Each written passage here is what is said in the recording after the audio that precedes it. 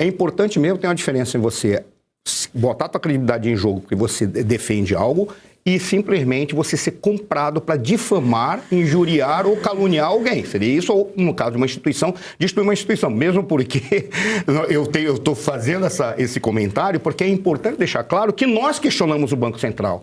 E sob o governo Lula, eu questiono de graça. Porque eu não vejo credibilidade no governo Lula. Claro. E eu não vejo credibilidade naquilo que pode vir. Eu sempre olho com duas pedras assim. Eu tenho que me defender. Por qual razão? Porque pela contaminação do Estado brasileiro e das entidades. E por isso, questionar é legítimo e eu faço de graça, como todos aqui fazem também. É diferente do que eles fizeram ali. Foram pagos para falar mal. Exatamente. Enquanto você estava falando e a Duda falando, eu disse, poxa, porque se me pagar a hospedagem, a passagem, eu vou. A gente é um passeio, né? De graça. É um passeio legal. Passeio, eu vou lá para ouvir e vou postar isso. Olha, eles mandaram, eu posso dar isso. Só colocar isso daqui. Claro. Porque a cara de pau é tão grande que só nos resta isso. É quase a cara de pau. Desculpa estar voltando, mas olha que coisa curiosa desse o Jacques Wagner. Se porventura isso que ele faz é tráfico de influência, porque o que ele pode estar fazendo é tráfico de influência, mas tráfico de influência vem de alguém de fora. Se esse tráfico de influência vem de fora, então ele estaria no quê? Numa formação de quadrilha, porque ele está lá dentro para colocar pessoas que de fora vêm para fazer influência e chegar nas pessoas certas, não é lobby, isso é tráfico de influência. E ele é tão cara de pau, para ver a cara de pau que eu estou vendo em relação ao BRB aí, que está querendo fazer isso. É tão cara de pau que ele foi esperto. Ele disse assim, veja, isso não, o governo da Bahia não tem nada a ver com isso. Aí ele falou que o nome que existia era Banco Máximo, que depois se tornou Banco Máximo, com o qual ele não tem nada. Eu vou dizer, só dizendo uma historinha que é muito engraçada, que parece que é o que esse cara está fazendo. Uma vez eu vi um meme no Instagram de um cara que atendia um telefonema de um cobrador. Aí o cobrador disse, eu estou falando com o senhor fulano de tal. Eu disse, não, agora o telefone está com o nome de tal pessoa. Aí ele falou, mas essa pessoa que é o fulano de tal, consta que o telefone é deles? Não, esse era o nome que eu tinha antes, a partir de agora o meu nome é outro. Então eu posso cobrar do senhor? Não, porque essa dívida não pertence a mim, pertence ao fulano de tal. Aí ela dizia, mas veja, mas fulano de tal, o senhor? Não, deixou de ser eu quando eu me tornei a outra pessoa, que ele mudou o nome dele. E ficaram 5 minutos, ela dizia, vou cobrar do senhor? Não, só tem que cobrar do outro, mas o outro, né? O senhor não sou mais, porque eu deixei, porque eu mudei de nome. É o Jacques Wagner falando do Máscara. Boa. O Máximo, não, agora tem que cobrar do outro, porque o outro já não é mais a mesma coisa. É a mesma porcaria, a mesma pessoa, a mesma dívida, o mesmo ato corruptor, ou se é realmente, se confirmar, se o Toffoli deixar confirmar isso ou não, o mesmo ato criminoso. E ele está dizendo, não tenho nada a ver com isso, porque na época que eu trabalhava era com o Máximo, não é com o Máximo, mas chegou para mim, não tem nada a ver com isso. Só indiquei alguém para ir lá e colocar o cara para falar direto com o Lula. Mas fiz isso com o Lewandowski, fiz isso com ele, deve ter feito com várias outras pessoas. Claro. Porque ele é o headhunter do PT, ele é o headhunter do Palácio. Então, essa é a grande questão que fica para mim. Está na hora de puxar o fio para saber quem mais o Jacques Wagner agencia. Se é que vai ser apenas isso, Arthur, que você e o Arthur são economistas, poderiam verificar se vai ser 40%, 60%, talvez chegue o fundo garantidor inteiro, porque na hora que puxarem os fios, a maracutaia está indo muito além. Agora, e aí que tem o detalhe, quando a gente fala do Banco Central, qualquer diretoria que seja indicado pelo atual chefe de governo e chefe de Estado brasileiro e aprovado por esse Senado, para mim, está sob questionamento. Veja, aí no caso do Banco Central, a probabilidade de ter demorado é muito alta, porque eu tenho visto muitas autoridades do Banco Central se reunindo para jantar com o presidente da República e com o presidente de bancos. E isso, para mim, não é comum. Mas foi lá para testemunhar porque o presidente da República queria uma testemunha porque estava achando que tem coisa errada. A partir daí eu deixo de ser uma autoridade da República para ser uma testemunha de uma outra autoridade da República cuja autoridade está sendo questionada por todas as coisas que ele pode estar envolvido. Não tem nada. Então, veja, nós temos que questionar tudo isso, e quando a gente vê o montante que o Banco Master representa em relação aos demais bancos, é óbvio que os demais bancos têm que ficar preocupados. Por qual razão? Porque ele tem o tamanho de um vírus, esse é que é o problema. O vírus infecta um sistema. O problema todo é que já é um sistema meio infectado, porque é um sistema carteirizado, não vou dizer carteirizado, mas é oligopolizado. Vou perguntar para vocês dois que são economistas, quantos bancos o Brasil tem? 30? 40? Quantos bancos tem os Estados Unidos? 12 mil ou 20 mil? Eu não sei. Várias pessoas já falaram números diversos. Ora, quando você tem uma situação que você tem um cartel, tem um oligopólio de bancos, é um sistema muito fácil para que esses aí determinem. Se aparecer um vírus lá, todos podem cair. E a angústia deles é que eles sabem que esse vírus vai ter que tomar dos elementos de defesa interna deles muito volume. A questão agora para mim é outra. Como é que eles vão repor esse fundo garantidor que eles estão perdendo? Eu tenho certeza que eles não vão pagar. Quem vai pagar vai ser o povo brasileiro. Eu lembro que uma vez eu estava estudando com o professor Oliveiros e ele estava escrevendo um livro que ele não conseguiu publicar. Ficou apenas uns recortes dele, eu guardei parte desse recorte, em que ele estava falando da corrupção no Brasil que aconteceu no Império e o imperador estava indignado com aquela corrupção. Você sabe quem que envolvia? Empreiteiras com obras públicas nas cidades tomadas conta pela oligarquia que o imperador estava combatendo. Não à toa a gente vê por que o império caiu. A narrativa dele, Segre, é sempre a mesma. Todo ato criminoso começou antes do governo Lula ou antes das ações deles e eles foram os responsáveis por conseguir fazer a investigação e tornar público, o que é uma mentira, porque normalmente as falcatruas ou começaram antes por indivíduos envolvidos com eles ou receberam uma turbinada em função deles estarem no poder. E só se tornou público não porque eles quiseram tornar público, mas se tornou público porque o negócio adquiriu uma dimensão tal que não tinha mais como esconder, até mesmo porque colocou em xeque todos aqueles que estavam envolvidos. Mas quando a gente vê, quando o André falou, é interessante a gente pegar acerca da quarentena.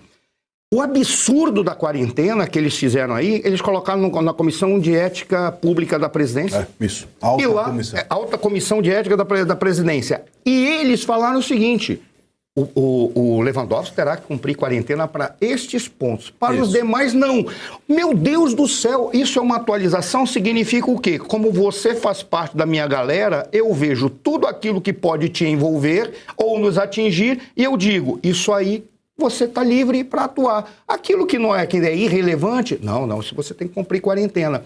Não existe mais a aplicação da lei, ou seja, a lei não existe mais. Era aquilo que a gente brincava outro dia, dizia assim, são 2 pesos, 2 medidas. Eu sempre discordei disso, sempre dizia assim, não existem 2 pesos, 2 medidas. Porque se houvesse 2 pesos, 2 medidas, eu diria assim, para o Marcília é esse peso, para o Arthur é este, para a Duda é este, para você é esse, para mim é esse. Ou seja, são 2 pesos definidos, cada um sabe qual é o seu lugar na sociedade. O que nós temos é apenas um peso que não tem medida nenhuma. Quem define a medida é aquele que está no poder. Ele fala, em função dos benefícios que eu quero ter ou da minha galera, eu coloco o valor que eu quiser. É o caso dessa comissão de ética, Comitê de Ética da Presidência, de Ética Pública da Presidência. É alta comitê de ética. Alta comissão. Quando você é alta comissão de ética da presidência, quando você pega o que eles estão falando aí é isso. Este peso será interpretado dessa maneira. Agora, que o Lewandowski tem muito mais coisas envolvidas, com certeza. O que é que a Gleisi está preocupada? Eles têm agora uma eleição. Eles têm que retirar toda possível culpabilidade que eles tenham. E o problema todo é que qual é toda possível culpabilidade que eles tenham? 100%. É isso que ela está tentando reduzir. Olha, eu vou acompanhar o raciocínio do nosso relator e vou dizer, enquanto você estava falando... Aqui a gente descomplica explica e descomplica, é isso aí. E tem um detalhe, quando vocês estavam falando, eu estava anotando, antes do André falar, CNJ, TSE, PGR, AGU e TCU. Por incrível que pareça, quando você para ver, é uma estrutura que parece uma teia de aranha, cuja aranha, que é realmente a manipuladora disso, é o STF. Por qual razão? Você vê, como o André falou, são 3 ministros do STF que vão para o TSE e a presidência e vice-presidência obrigatoriamente tem que ser do STF. Aí, detalhe, o cara vira presidente do STF, ele vira também do CNJ. Que porcaria de CNJ que existe exatamente para tratar das questões administrativas e regular o relacionamento da magistratura? Que porcaria ele serve se o cara que preside o CNJ é o cara do STF? É exatamente o presidente do STF. Aí vem o Gilmar Mendes e diz assim, acabou o direito do cidadão protocolar pedido de impeachment de ministro. Só pode a PGR. Aí o que faz? O cara da PGR faz exatamente aquilo que eles estavam acusando do Moro ter feito com Deltan Dallagnol. O que não tem, que isso é irrelevante. Mas o que o cara faz? Toda hora senta para conversar com o ministro do STF para saber se ele vai ou não receber, o que ele deve fazer. Então, colocou a PGR nos tentáculos ou na mão, nos dedos da mão, como o André falou. E aí você pega a AGU e o TCU. O que eles estão fazendo? A única função que esses caras têm na AGU e na TCU, que deveria ser cuidar das questões republicanas, e republicana no sentido de coisa pública, e não de república em contraposição à monarquia, mas de coisa pública, questões republicanas, eles usam esses dois órgãos para tentar virar ministro do STF. Porque eles veem isso como uma alavancagem de carreira. Aí eles saem, o desvencilhar. Não existe o desvencilhar-se de algo. Até mesmo porque se nós levássemos a sério a questão do afastar o indivíduo que ocupou um cargo de autoridade no órgão público para que ele não possa se aproveitar das informações privilegiadas, não seria apenas ele, seriam todos os seus familiares. Todos não poderiam, em hipótese alguma, participar de qualquer ação que envolvesse defesa ou acusação ou qualquer coisa que signifique prestação de serviços ou utilizar, como no caso dos juristas, para fazer a defesa advocatícia de quem quer que seja. Todos os familiares. Porque é uma ingenuidade imaginar que, por exemplo, o Arthur ocupa um cargo, aí os filhos do Arthur estão ocupando... Não sou eu que estou defendendo isso, é o escritório do que eu construí para os meus filhos que vai jogar o problema para eu resolver depois. Tá brincando comigo. E vai dizendo que ele se desvencilhou, mas os filhos não. É brincadeira. Para ver como o problema já está configurado. Eu lembro de uma piada que fizeram na época do Bolsonaro, foi contra nós. Mas é uma piada até engraçada, quando falava dos dois advogados do Bolsonaro que moravam no mesmo local, mas que diziam que não se encontravam e nem se falavam. Aí a piada que fizeram foi assim, Polícia Federal trabalha com a hipótese, não que eles sejam comparsas, mas que eles sejam casados. O que eu tô vendo aí no caso do Lula, aquela piada que ali não se aplicava, porque foi uma maldade. Mas nesse caso se aplica. Os caras do viagem jogam, mas não falam, vão pro mesmo quarto, mas fica um na cama solteira, na cama casada. Eu queria só falar a questão da redução da maioridade penal. Porque aos 17 anos, que pode ser alegado, vou contar um caso em Brasília. Tá? Eu estava saindo de Brasília, eu trabalhava lá, estava saindo para o Rio Grande do Sul, peguei um táxi e eu estava ouvindo na rádio e o motorista ouvindo comigo. O caso de uma morte que ocorreu lá nas periferias de Brasília, em que um taxista foi morto, foi assassinado. Por quê? Porque ele simplesmente se recusou a levar 3 pessoas, 3 jovens. E ele foi morto. Qual era a grande questão? Simplesmente sentou atrás dele uma moça com 17 anos. E ele mandou que todos se retirassem porque eles estavam bêbados, ele não queria levar. A moça pegou, botou uma arma na nuca e atirou. Deixou, e ali o que a gente estava comentando, o motorista falou, eu conheci porque eu estava lá. E eu fui o primeiro a recusar. Nossa. E ela foi eles foram para trás e pegaram aquele meu amigo. Deixou uma esposa com um filho na barriga e uma outra criança nascida. E ali era uma menina de 17 anos. Por isso, ela não tinha consciência, ou supostamente, de acordo com o que a esquerda aprende, não tem consciência do que ela estava fazendo. Ela executou o cara. Claro, e nas costas. E vem alguém dizer que menor não tem consciência, se ele é capaz de destruir um país inteiro votando no Lula aos 16 anos, então ele tem consciência, sim, desses crimes que ele pode cometer. Por isso, ele tem que ser punido. E a maioridade penal tem que cair. Eu acho que deveria cair para os 15 anos, não para os 16. Ele deveria ser punido de acordo com aquilo que o crime que comete. Na Inglaterra, um garoto de, acho que com 10 anos, foi condenado à prisão lá. Por quê? Porque ele estrangulou um bebê de 6 meses. Qual foi a alegação das testemunhas? Ele ria enquanto ele estava estrangulando. O que o juiz falou? Esse rapaz não tem consciência de vida e morte. Por isso, ele tem que ser preso. Por incrível que pareça, você descreveu aqui de uma maneira muito clara a essência do que é a democracia.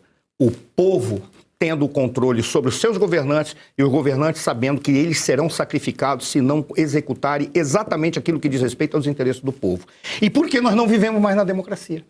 Porque a inversão fez com que os poderosos utilizassem o povo como humanos de uma casta de vampiros que devem entregar o seu sangue para que eles continuem vivendo eternamente.